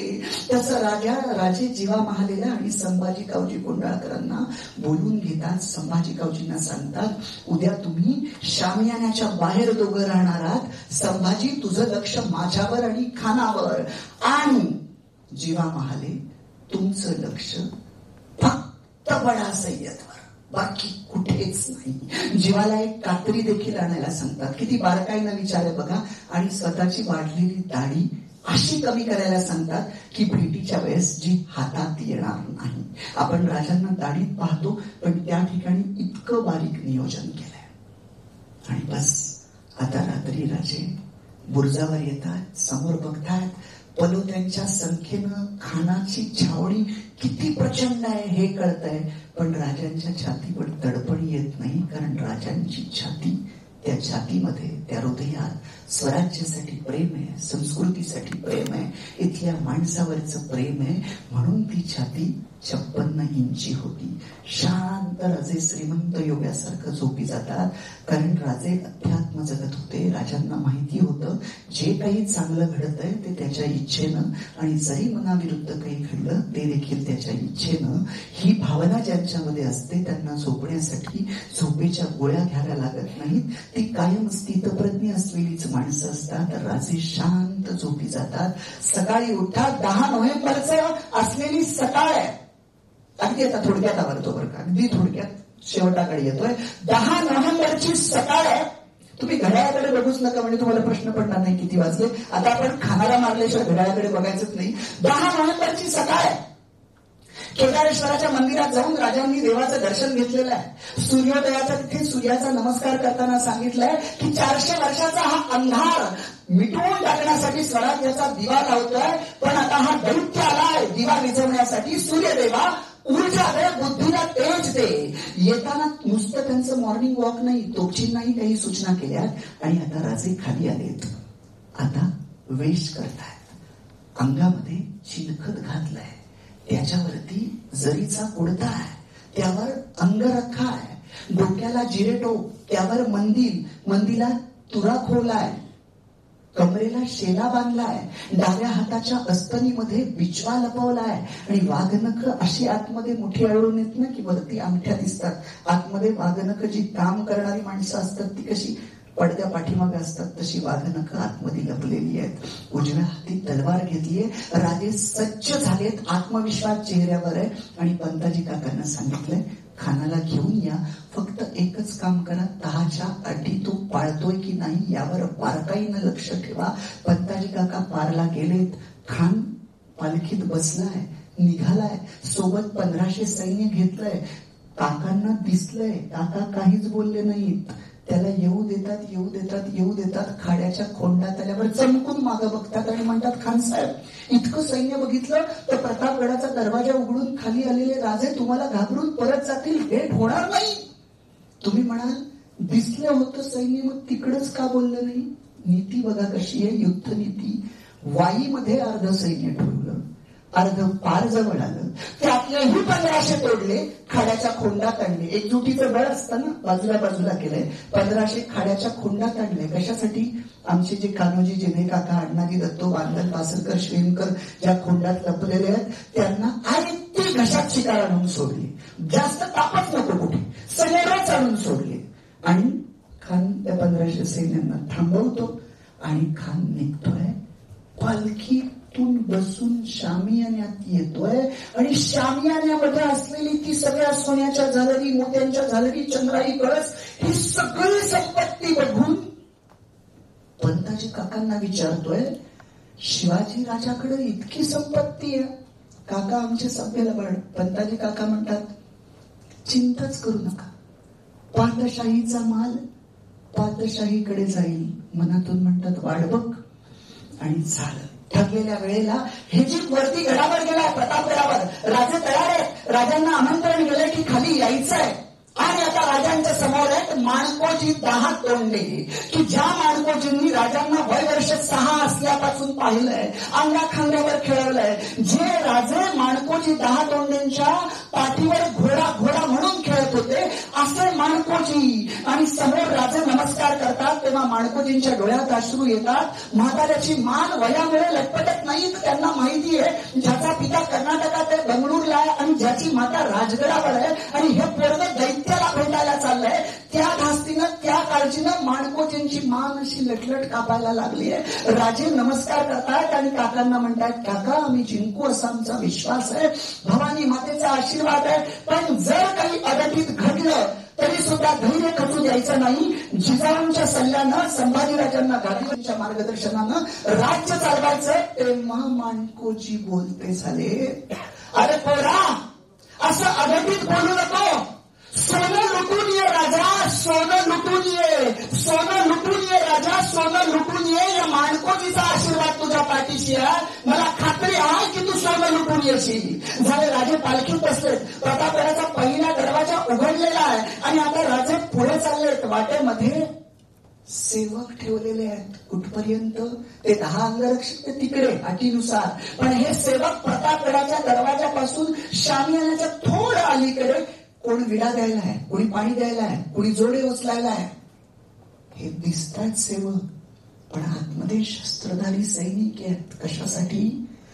खानाला मारल्यानंतर चुकून जर त्याचं सैन्य वरती आलं असेल तर राजांना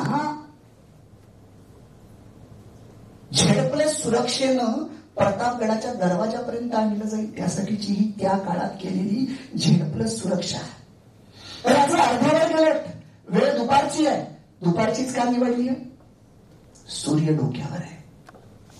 खालून खानानं वरती बघून शिवाजी राजा उतरतोय. शिवाजी राजा आहे तरी कसा असं बघावं असं जरी मनात आणलं तरी सूर्य डोक्यावर असल्यामुळे दिसणार नाही की राजे कसे आहेत. आणि राजांनी वरून ठरवलं तर शामियानातून आरपार जाणारी सूर्यकिरण अख्खा खान दिसतोय तो कसा आहे. मध्यावर आल्यावर पुन्हा राजे थांबलेत. पंताजी काकांना बोलवून घेतलंय आणि सांगितलंय, सय्यद बंडाला तेवढं बाजूला करा. आणि शामियानात आतमध्ये शामियाना उभा करताना काय केलं होतं माहितीये का?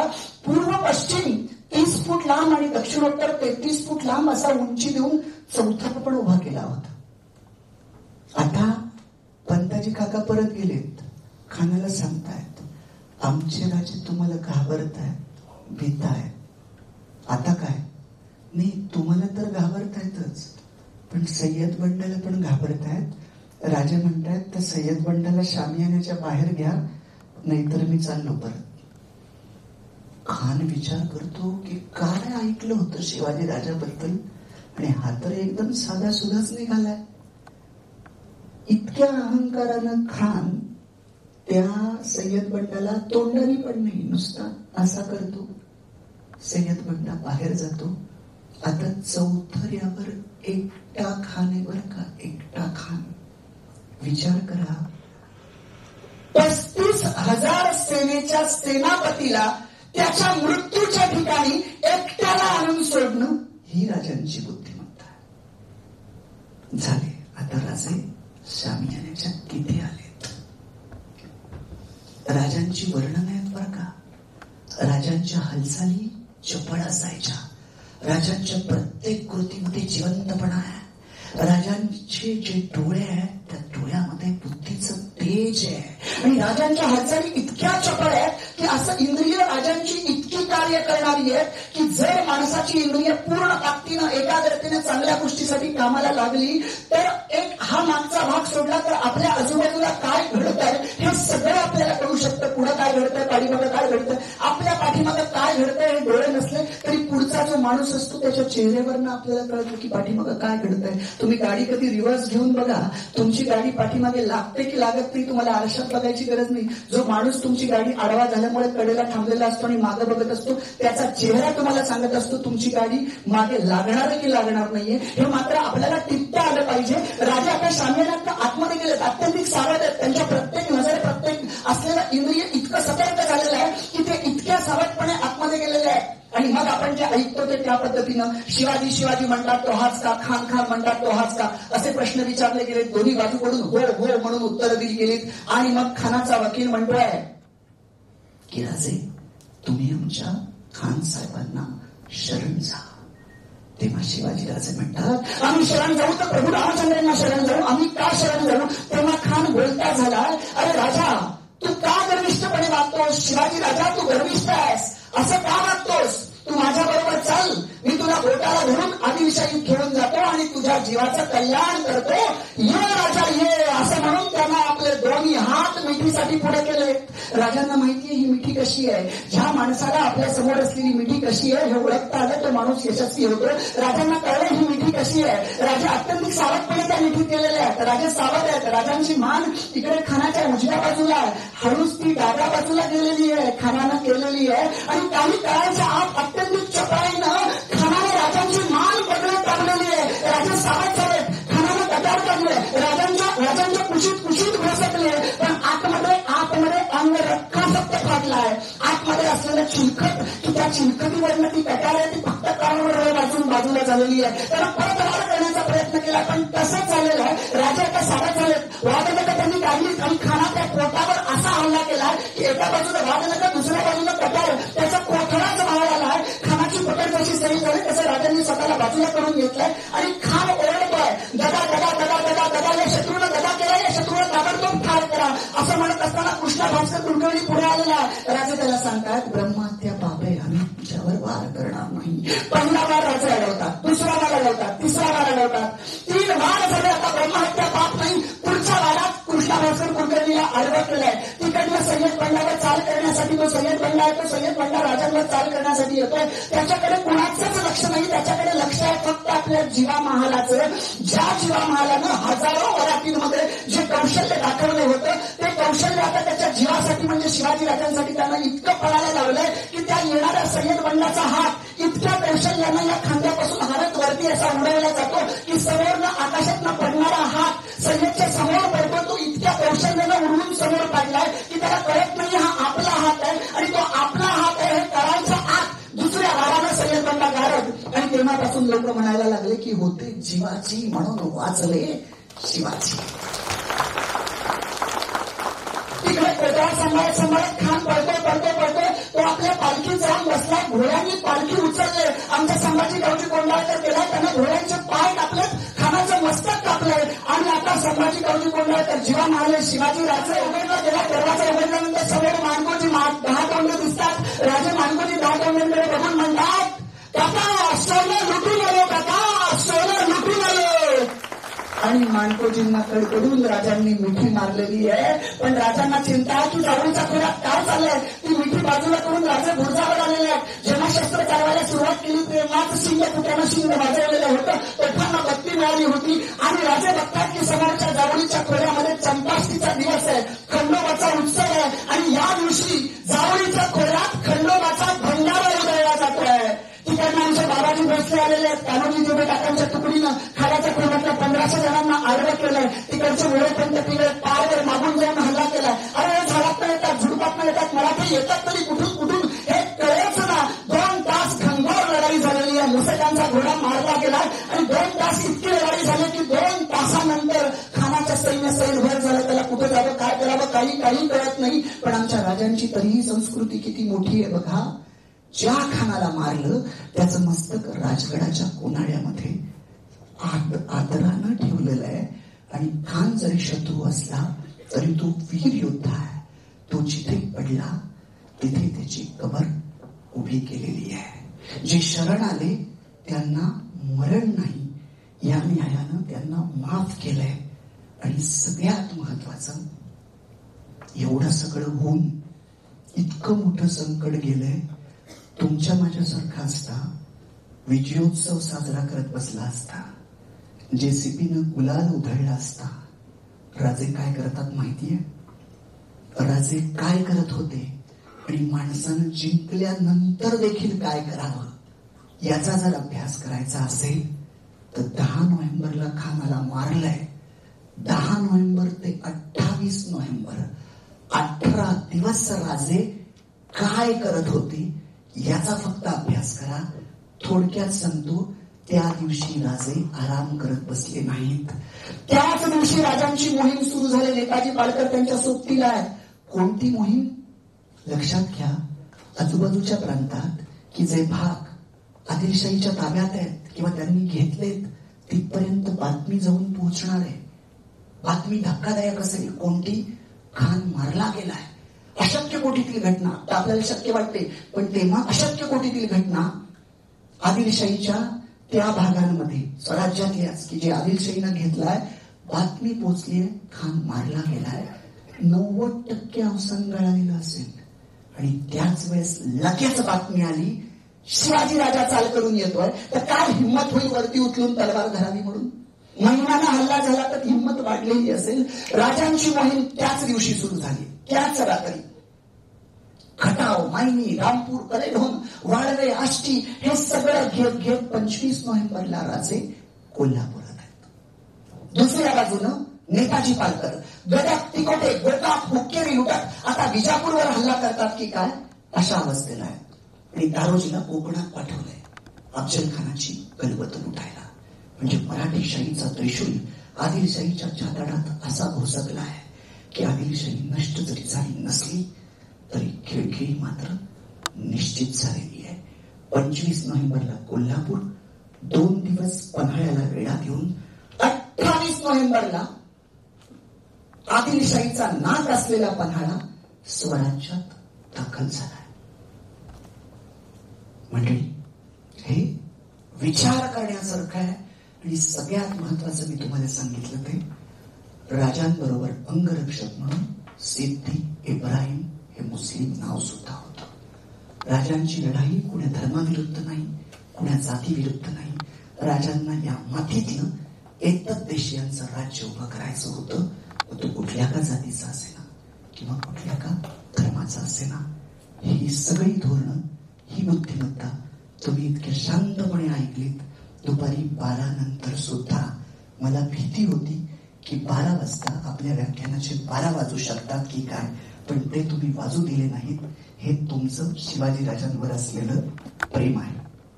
मंडळी, मला आज मनोज रानडे सरांनी मराठी तिथीप्रमाणे असलेल्या शिवराज्याभिषेकाच्या दिवशी तुमच्या समोर प्रतापगड पर्वावर बोलायला मिळतंय हे मी माझं भाग्य समजतो.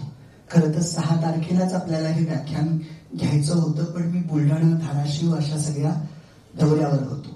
पण आज मला तुमच्या समोर हे बोलता आलं त्याबद्दल मी मनोज रानडे सर आणि त्यांची तुमची सगळी टीम याला धन्यवाद देतो.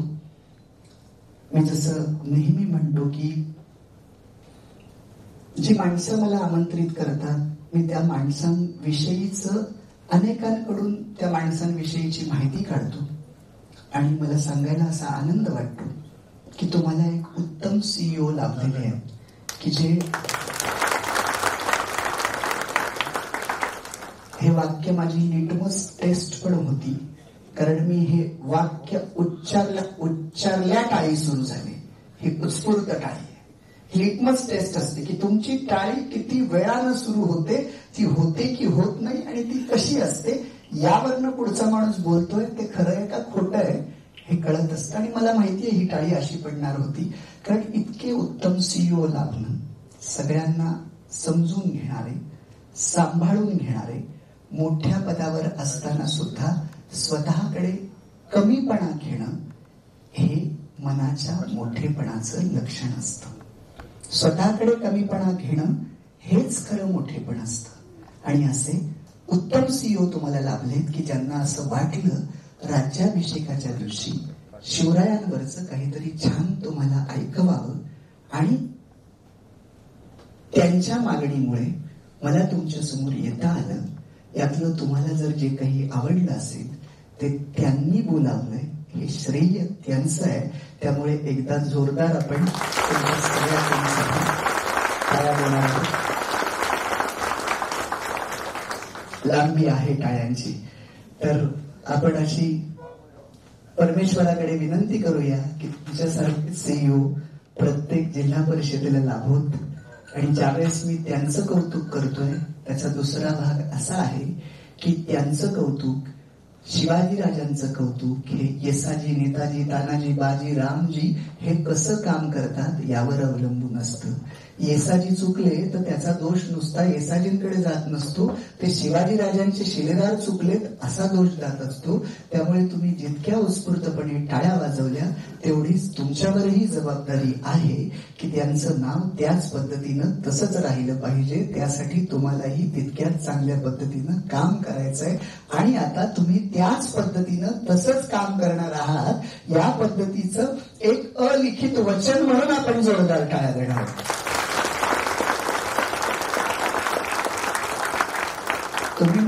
तुम्ही मनात म्हणाल ही शिवाजीराजांची स्ट्रॅटेजी सांगताना 2 टाळ्यांमध्ये आम्हाला गुंतवलंय, पण टाळ्या ऊर्जा देत असतात आणि आपल्याला काम करायला प्रेरणा देत असतात. पुन्हा एकदा मी रानडे सर, इजाज सर, सगळी तुमची टीम, या सगळ्या टीमचं मनापासून आभार मानतो. खरं वेळ कमी आहे. जर इतिहासावर कोणाला चर्चा करायची असेल तर माझा मोबाईल नंबर आहे 9822 650 280. अगदी लक्षात राहील 9822 तर सोपा आहे, पुढचा 650 280. किंवा युट्यूबवर तुम्ही प्रशांत देशमुख व्याख्यान सर्च केलं तर माझी वेगवेगळ्या विषयांवरची व्याख्यानं येतील. आणि आवर्जून मी तुम्हाला म्हणेल माझं जय शिवराय नावाचं पुस्तक आहे. त्याच्यामध्ये प्रतापगडचं युद्ध नाही, 55 प्रकरणं आहेत. आणि वेगळं काय आहे त्याच्यात, शिवचरित्र तर आपण ऐकतो, पण मी त्याच्यामध्ये शिवाजी राजांच्या आयुष्यातली प्रत्येक प्रकरणात त्यांच्या आयुष्यातली एखादी घटना की जी कदाचित आपल्याला माहित नसेल, इतिहासातली ती घटना आणि आत्ता आम्हाला काय शिकता येईल त्यापासून, असं इतिहास आणि वर्तमान असं ते एकत्र केलेली 55 प्रकरणं आहेत. डॉक्टर जयसिंगराव पवार सरांना आवडल्यानंतर त्यांचंही पत्र आलं होतं, तेही त्याच्यात ऍड केलंय. तर माझं तर म्हणणं आहे तुम्ही तर ते वाचाच, पण बऱ्याच ठिकाणी त्यातलं एक प्रकरण आपल्या घरातल्या तरुण मुलीला आवर्जून वाचायला द्या. 5 मिनिटात ते प्रकरण वाचून होतं. साधारणतः 55 प्रकरण म्हणजे 2 महिने. ते जय शिवराय आणि गुड मॉर्निंग की आपला व्यक्तिमत्व विकास कसा व्हावा, दोन्ही पुस्तकं चांगली आहेत. मला वाटतं इथे बाहेर आपण टेबल कुठे इथे दिलाय का, इथेच ना समोर ना, हा इथून तुम्ही बाहेर पडला की आमचा मनीष या शिवकार्यामध्ये मला मदत करतोय, आवर्जून तुम्ही ते वाचा. फक्त एकच विनंती आहे, एक वाचण्याची एक पद्धत फक्त सांगतो, कारण ते जिरावं म्हणून. काही लोक काय करतात, व्याख्यान आवडलेलं असतं, घरी नेतात व काहीतरी पैसे खर्च केलेत म्हणून एखादी सुट्टी मिळाली की एका दमात सगळं वाचून काढतात. पण इथं महिला वर्ग आहे, त्यांना माहिती असेल लोणचं मुरावं लागतं. तसं हे मुरावं असं वाटत असेल तर एकच प्रकरण वाचायचं शिवरायांचं, आणि दिवसभर आपल्याला जेव्हा केव्हा वेळ मिळतो आपण बिन नकारात्मक विचार काहीतरी करत असतो, त्यावेळा शिवाजी राजांचा गुणांचा विचार करून माझ्या जीवनात हे कसं आणता येईल याचा विचार करायचा. मग आपल्याला ती अशी सवय लागते की एखादा कठीण प्रसंग समोर आला की आपण असा विचार करतो, शिवाजी महाराज जर इथं असते तर त्यांनी कसा मार्ग काढला असता, अशी आपल्या मेंदूला सवय होऊन जाते. असं रोज झोपताना किंवा बाहेर पडताना एक प्रकरण, दोन्ही पुस्तकं तुमची 4 महिन्यात वाचून पूर्ण होतील. काही जण हे लग्नाला, वाढदिवसाला, कुठे भेट द्यायलाही वापरतात. तुम्ही आवर्जून बघून घ्या, ती छान आहेत, त्यावर नंबर आहे. मला आवर्जून तुमची प्रतिक्रिया कळवा, कसं वाटतंय. आणि आता खूप वेळ झालाय, रानडे सरांच्या परवानगीनं थांबतो. धन्यवाद.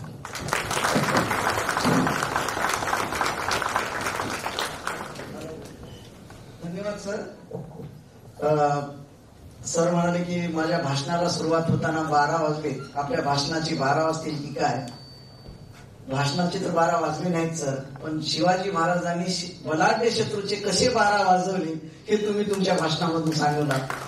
तर म्हणजे या 1-1.5 तासामध्ये आम्हाला सर फक्त 10 नोव्हेंबर 1659 प्रतापगडाच्या पायथ्याशी असं झालं एवढंच माहित होतं सर, जनरली साधारणपणे. परंतु तुम्ही आमच्या अभ्यासाचा सर्व म्हणजे आमच्या विचाराचा बदलून टाकला संपूर्ण आउटलुक. आणि तुम्हीच खरेच आहात, तुम्ही प्रशांत देशमुख, खरेच आहात तुम्ही प्रशांत देशमुख. अशा माणसांची कशी काय काळजी कुठून काढली, कुणी काढली खोज? किसने निकाला ऐसे प्रतिभाशाली वक्ता की खोज, वो है हमारे रानडे मनोज, वो है हमारे रानडे मनोज. तर खरंच सर म्हणजे आम्हाला वाटतं की आम्ही खाडीमध्येच पोहोच होतो सर, खाडीमध्येच पोहोच होतो. आता नंतर अरबी समुद्र आम्हाला माहित होता, पण तुम्ही प्रशांत आहात आणि खरंच तुमच्या ज्ञानाचा प्रशांत सागर आहे. आणि त्या शिवाजी महाराजांच्या विचाराचा तो सागर जसंच्या तसं तुम्ही आमच्या समोर उभा केलात सर. म्हणजे जणू काय तो प्रसंग आमच्या समोर घडतो की काय, आणि ते रक्त सळसळत होतं सर. तर म्हणजे रिअली आम्ही तुम्हाला जसं फुलामध्ये तुमचा सत्कार केलाय, गुच्छामध्ये आपल्याला रोज लागतोय, गुच्छामध्ये रोज आहे. आणि आमच्या जिल्हा परिषदेच्या सीईओ खरंच अतिशय बुद्धिमान आणि संयमी रानडे मनोज आहे. म्हणून सर रिअली आम्ही सीईओ सरांचे पण म्हणजे मी आभार मानण्यासाठी नाही तर, आणि हे जे आयोजन केलंय दोन्ही कार्यक्रमाचं ते आपले एजाज साहेब. मी नेहमी म्हणत असतो की देश चालवायला, आर्थिक सबलता करायला आपल्याला लागतात बिर्ला, बाटा आणि बजाज, आणि आम्हाला पाहिजे तिथं मात्र एजाज, आम्हाला पाहिजे एजाज असं वाटतं. यानंतर आभार मानण्यासाठी माझ्याबरोबर हॉटेलला ते आले ना सोबत, सर इतक्या नम्रपणे माझ्याशी बोलत होते की ते डेप्युटी सीईओ होत असं मला वाटलं नाही. ते खरोखर त्यांचं नम्रतेचं कौतुक. आमचे डॉक्टर गुणे सर म्हणून आहेत पनवेलला, मी त्यांना सांगितलं त्यांच्यासारखा त्यांचा आवाज. आभार प्रदर्शन आमचे मित्र सतीशजी साबळे करतील. धन्यवाद सर. छत्रपती शिवाजी महाराज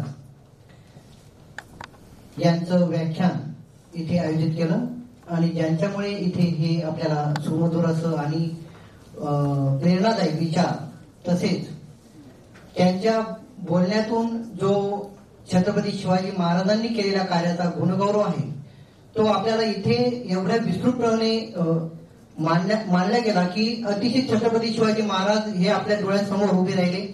आणि त्यांनी केलेल्या त्यावेळेच्या कार्यात, ज्यावेळी कुठल्याही सरांनी सांगितल्याप्रमाणे सोशल नेटवर्किंग नसताना त्यांचे कार्यकौशल्य किती अगाध आणि उच्च कोटीचे होते हे आपल्याला इथे ऐकवायला मिळाले. त्याबद्दल मी प्रथमतः माननीय प्रशांत देशमुख सरांचे जिल्हा परिषदेच्या वतीने हार्दिक आभार मानतो. तसेच सदर कार्यक्रम घडवून आणण्यासाठी 6 जून तारखेपासून सतत सरांच्या संपर्कात होते असे आमचे माननीय मुख्य कार्यकारी अधिकारी श्री मनोज रानडे सरांनी व्याख्यान होण्यासाठी अतिशय सरांना कोवालवर म्हणजे सर वेळ भेटत होता तरी जेव्हा आपल्याला वेळ भेटेल तेव्हा आपण एक वेळेस शिवव्याख्यान इथे जिल्हा परिषदेमध्ये आणि सर जिल्हा परिषद म्हणजे पालघर जिल्हा हा छत्रपती शिवाजी महाराज यांच्या पदस्पर्शाने पावन झालेला आहे, ज्याच्या स्मृती आजही जव्हारला आहेत सर. अशा मातीमध्ये जोही जन्म घेतो किंवा महाराष्ट्रामध्ये जोही जन्म घेतो तो छत्रपती शिवाजी महाराजांचा नेहमीच आदर्श मानण्यात आलेला आहे. अशा सरांनी मनोज सरांनी त्यांना इथे पाचारण करून इथे आपल्याला असं व्याख्यान ऐकवलं, त्याबद्दल सरांचे हार्दिक आभार. सदर कार्यक्रम येस सरांनी टाळा वाजवायचा आहे की सरांना भेट म्हणून स्वतः लिहिलेलं सरांनी पुस्तक भेट म्हणून इथे देत आहे. सर हार्दिक आभार. सदर कार्यक्रम हा सुनियोजित होण्यासाठी आजची सुट्टी कॅन्सल करून खरं तर रजा घेणार होते माननीय इजाज अहमद सर, पण सदर कार्यक्रम हा पूर्ण व्यवस्थित होण्यासाठी सर सकाळपासून ज्यांच्या संपर्कात असते इजाज अहमद सर, माननीय उपमुख्य कार्यकारी अधिकारी सामान्य प्रशासन विभाग सरांचेही हार्दिक आभार.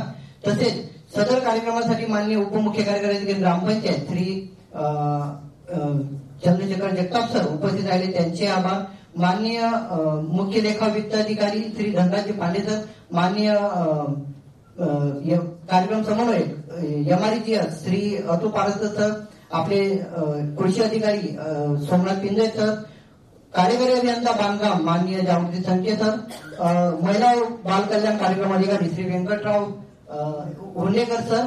तसेच या कार्यक्रमाची शोभा ज्यांच्यामुळे वाढली, आपण टाचणी पडेल तर आवाज येईल अशी शांतता इथे ठेवली आणि मंत्रमुग्ध होऊन कार्यक्रम आपण श्रवण केला, त्याबद्दल सर्वात आधी तुमचे सगळ्यांचे हार्दिक आभार. टाळ्या वाजवून आपलंच अभिनंदन आपण करायचं आहे. धन्यवाद सर्वांना. आणि हा कार्यक्रम अध्यक्षांच्या वतीने संपला असं जाहीर करतो. धन्यवाद.